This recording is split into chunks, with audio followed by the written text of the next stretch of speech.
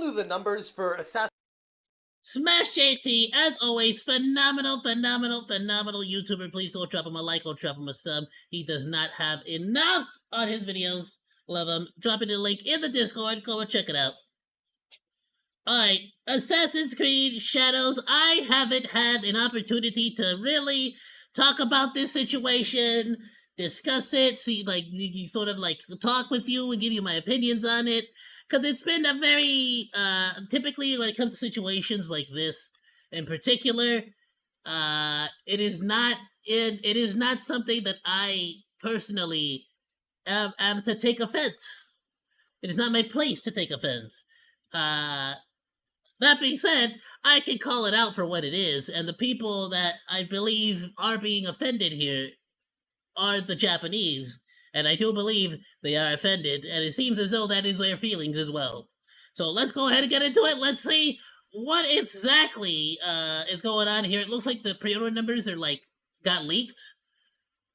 We all knew the numbers for Assassin's Creed Shadows might be a little bit lower than other Assassin's Creed games, just based off... I can easily see this being the next Outlaws. Of the controversy leading up to the release. Outlaws. But if this rumor from Stuttering Craig is to be believed, holy crap, Ubisoft might as well just close down today. What's going on, guys? Welcome to another episode of Smash JT. Assassin's Creed Shadow pre-orders are not doing so hot. And on top of that, Star Wars Outlaws is not selling well either. These are the two games that Ubisoft had put all their marbles into. It's like bad buggy on top, and it, like, being buggy is not even the worst issue at all. Because a lot of games come out buggy. A lot of Bethesda games come out buggy. From what I've seen, from, like, I've watched Moist Critical live stream it. I've seen Asmongold live stream it. I saw... Who was it? I was watching a Vtuber. It was a new Vtuber that I haven't really watched that much before. And they were playing it as well. And fundamentally, the game seems like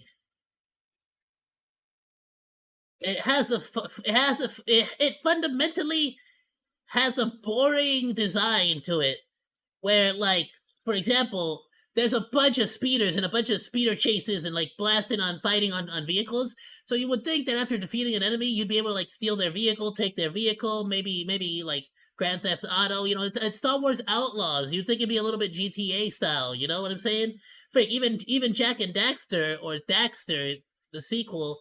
Like, they had freaking car theft, and it wasn't even like, there was no point to it. It was just an overworld in Daxter, but you were able to, if you wanted to, like, I guess, quickly get around the overworld.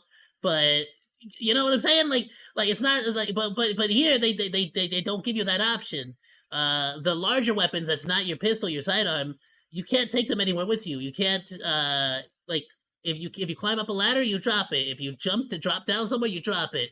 Freaking get behind, like, I don't know about get behind cover, but, like, basically, like, a lot of things that you would do, get on a vehicle, you do an objective, you may drop your weapon, which is so ridiculous and so dumb, especially since, I feel like, as a Star Wars fan, one of the biggest things about Star Wars, if you don't know, is that a lot of the weapons that are used in Star Wars are actually designed and based around World War II weapons, World War I weapons, actual real-life weapons, designed into, like, so the weapons were designed around those. And so, let's say connoisseurs of force multipliers will typically have a deep, like, love of that kind of stuff. So I feel like if you would have added a lot, like, the ability to customize, or just, like, you know, keep their favorite ones, would have played really well into that aspect of the world, the universe, and I think it would have been fun. I think it would have been great, but no, like, it fundamentally has a very boring mindset, I feel like. To ensure success, just do our mission and be happy about the storyline that we wrote. I guess and if do you nothing embrace else. the DEI and push the propaganda narrative forward, the only thing you're going to realize is this thing called reality that smacks you right in the face. JT. Hit that subscribe, give me a like, and check out SmashJT.com for the full article talking about the ultimate destruction of Ubisoft proper, thanks to these two DEI-injected fueled nightmare of games that nobody wants. Ubisoft's upcoming game, Assassin's Creed Shadows, is facing hysterically paltry low numbers in the lead up to their release. According to Stuttering Craig, friend of the channel from Side Scrollers Podcast, the game has garnered less than 800 pre-orders from what he calls a high-traffic game store that's a major national retail chain posting over 900 stores. And if you do quick math, that I guess my question there would be, what kind of numbers can we see in comparison to games such as Elden Ring or in games such as Hogwarts Legacy? I will do a quick Google search while per JT store. Smash Grums talks on here. Twitter said, I'm told a massive amount of keys went out to streamers yesterday and today. It's working. Star Wars Outlaws at 112,000 viewers right now on Twitch.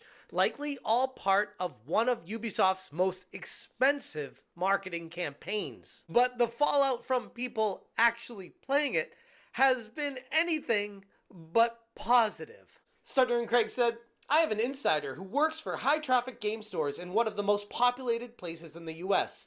They have 27 stores in that area, and there have been a total of 41 pre-orders for Star Wars Outlaws. 41. He quote-tweeted himself stating, my insider told me that, as of this morning, at their nationwide big box chain, Assassin's Creed Shadows has less than 800 pre-orders combined for Xbox and PS5 company-wide. They have over 900 stores. That is less than one pre-order per store. Yikes. And honestly, that's really the only word to describe the situation that Ubisoft has put themselves in with these massive quadruple A games that are coming out of this company that clearly no gamers want. This is bad for Ubisoft. Real bad. It points to a serious lack of any consumer interest whatsoever, and what they had been telling their shareholders were highly anticipated blockbuster additions to their franchises, especially when it comes to Assassin's Creed. Expect the Shadows to be the most ambitious title of the series. It should do very well through the busy season. Okay, so and when you talk about it being the most ambitious, are you hoping for it to be the best-selling Assassin's Creed game? Is that how I can read that commentary? Could you talk about pre-orders for both Outlaws and Shadows and how they compare to previous titles? So in terms of, we don't disclose nor comment pre-orders usually. What we can say is that what we've been observing and measuring is that our two big titles actually are indeed among the most awaited games of the industry, and they enjoy a very strong positive community sentiment overall. Jared Shapiro on Twitter said, first one since AC Origins, I'm not touching on day one. And I've seen this echoed throughout all of social media where people, even in my personal life, big time fans of Assassin's Creed are like, I'm going to actually sit this one out. You know, there's a lot of other games to be playing. There's a lot of controversy surrounding this one. It seems a little suspect that they injected Yasuke as a black samurai in a game where feudal Japan just seems, I don't know, a little out of place. And gamers aren't stupid. As much as these companies think they are, we're not. We actually pay attention to what's going on, and people are waking up to this DEI injection that seems to be going on in like every major release. For example, taking a look at the digital platforms is not any better. On the PlayStation Store currently, we have Star Wars Outlaws in the top 10 games in your country, weighing in at number 7 out of 10, just ahead of Grand Theft Auto 5, a game that is over a decade old. I guess Ubisoft is beating out GTA 5 for the release of a major property that supposedly has a gigantic fan base. Yikes. I'd argue it also doesn't help to see that Star Wars all-time fandom seems to be at an all-time low right now with the cancellation of The Acolyte, and how Disney seems to have mishandled the entire Star Wars property in its own right. It seems like the perfect storm of just all these bad things coming together at the time where Ubisoft is releasing what looks to be a DEI-injected mess of a game. And CryAlexa tagged me on Twitter stating they're even giving this game away for people who purchased NVIDIA graphics How cards. the AI is freaking broken in this game, dude. They are giving the game away. They want anyone to just play this game. They're just begging people to do it. Although I can't rag on it too much because Black Myth Wukong was the game they did previously. But still, the irony in Ubisoft giving away a game on Twitter stating they're even giving this game away for people who purchased NVIDIA graphics cards.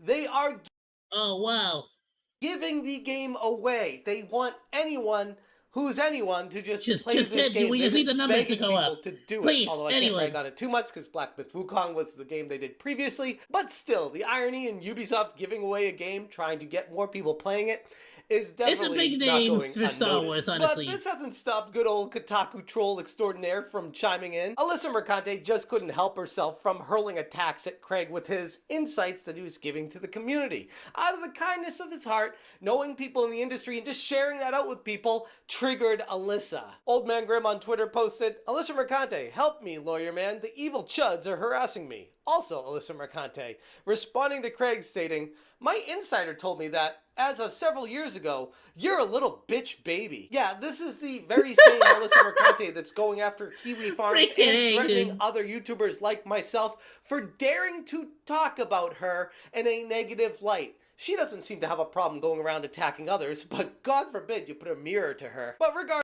she seems a bit demented, huh?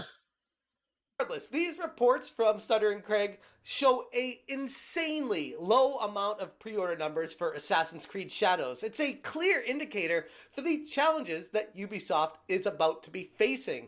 Their investors have been promised that this game is very excited, and the entire gaming community is just waiting on bated breath to be able to play this game.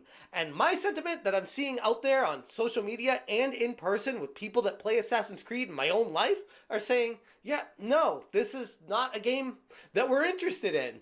Don't know how else to say it, no matter how many times you tell your shareholders that everyone's excited about it. The reality is, it's anything but that. I gotta be honest, and I'm gonna keep saying it, my disinterest in Assassin's Creed was well before this.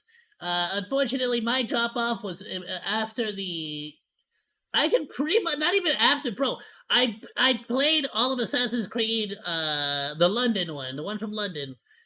And the game was fine. I loved the game. I basically got to the point where June, like... You, like, go into the future and play as the daughter of What's-Her-Face and the Indian dude? And like they started talking with June again, the lady from the future, and bro, I got so disinterested because like they gave up on the Desmond storyline, but then kept it going, but they're not really, but still it's still there, but they don't really care about it. But it's like I don't even know, bro. It's such a mess at this point that I do not care at all anymore. So I've lost interest in the whole series for a while. They've mishandled and mismanaged the storyline on that thing for a long time, as is. Don't get me wrong, the actual historical parts are always pretty typically good, but they just need to like figure out what the frick they're doing with that whole series and with that story. It's a mess, it's a nightmare. But now with this whole situation, like again, very similar to Star Wars Outlaws, this is 100% gonna be my number one choice at the bargain bin. As soon as it becomes $5, $10 to buy the game, I am gonna be there. Don't worry about it. And it'll have pretty soon. Need to reevaluate their strategies and kick the DEI injection games out of their studios. I'll definitely play it then. I wouldn't hold my breath. This is the same company that used to employ Kim Belair, the same person who founded Sweet Baby Inc. used to work at Ubisoft, which is a company known for inclusivity and trying to push that propaganda in all their games and at the workplace. It's not something that you just wake up one day and say, okay, we're not going to do that anymore here, when it's been ingrained culturally at your workspace. Which is kind of the problem. If they don't change soon, it will consume them and ultimately destroy them. The gamers have spoken. They've had enough of this garbage. And frankly, I'm fine with that. It's actually a pretty great thing for these sorts of situations to happen. I truly believe that this is the only way for smaller indie like teams. For example, the team in charge of Baldur's Gate 3. Not really smaller teams necessarily every single time, indie teams, but in general, teams that, let's say, are more passionate and are taking a much, what I believe to be an artistic risk by making games like, like Baldur's Gate 3, like No Man's Sky, like Cyberpunk. I haven't seen it I haven't played it for myself, like the fixed version, like like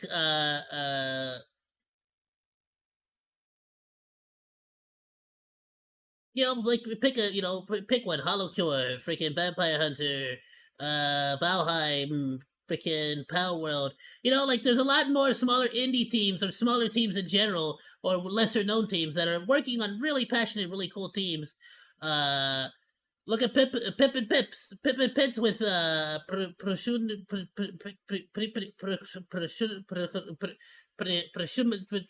Commandant PVKK for those of you who cannot pronounce it like me.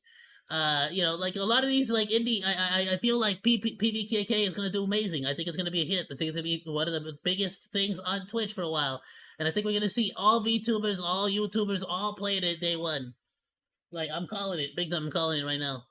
Politically correct approach, and I feel like the good companies. Thing is that the only problem is because not everyone is like just for Ubisoft shoveling their money into these AAA titles, they're able to play a lot more of these indie games. What they're going to do is blame the gamers that are actually good and deserving of the money. We are telling you straight up, leading up to these releases, that this is not what we want. In fact, it's not even in the realm. It's not on the same planet, not in the same galaxy of the games that we actually want to play. Look around to see what's successful out there, and it's pretty clear exactly what the gamers want. But yeah, then see again, what I'm saying? Yeah, another great example would be Wukong, actually. Yeah, because it's a Chinese developer that I feel like before not a lot of people here in America would have paid attention to or played. But because there are other games like gacha games like Honkai Star Rail, Hoyoverse, all that, it's starting to make people looking towards outside of the Western like companies for games, because the companies outside of Western like companies are the ones that are making the stuff we actually want to play and see. Companies aren't going for sales. It looks like they're trying to aim to hit some check boxes. I gotta admit everyone here, I've been bored with American cartoons and live action TV for so long that I pretty much only watch anime if I ever watch TV. Like I don't watch TV, and if I do, it's anime. Otherwise, I'm watching YouTube. Dollars from BlackRock and Vanguard, because at the end of the day, that's where the real money is. But once that disappears, they aren't going to be long for this planet. Anyways, I'm going to leave it there. If you guys want more information, check out smashjt.com for the full article. Again, shout out to Stuttering Craig from Side Scrollers Podcast with a fantastic insight behind what's going on in these games. I shouldn't say that anyone's surprised, but hearing just how low they are, I don't know, I can't help but be like, whoa. That's even worse than I thought. Thank you guys so much for watching. If you appreciate what I'm doing, hit that join button. And as always, you stay smashing. The boss is down! You are not a Pyke. That is so ridiculous, dude. That is so dumb. And the fact that they lose him. The fact that they lose him.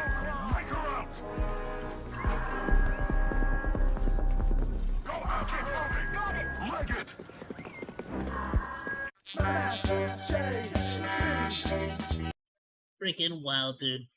Go drop Smash AT a like. He deserves it. I'll tell you what, actually, what we'll do for the last video before I call it. Thanks for hanging out. Like or dislike, comment, and subscribe, and become a Monodachi today. I live stream all day, Monday through Friday, so go say hi. That's all for now, Monos. Goodbye, and thanks for swinging by. Salut!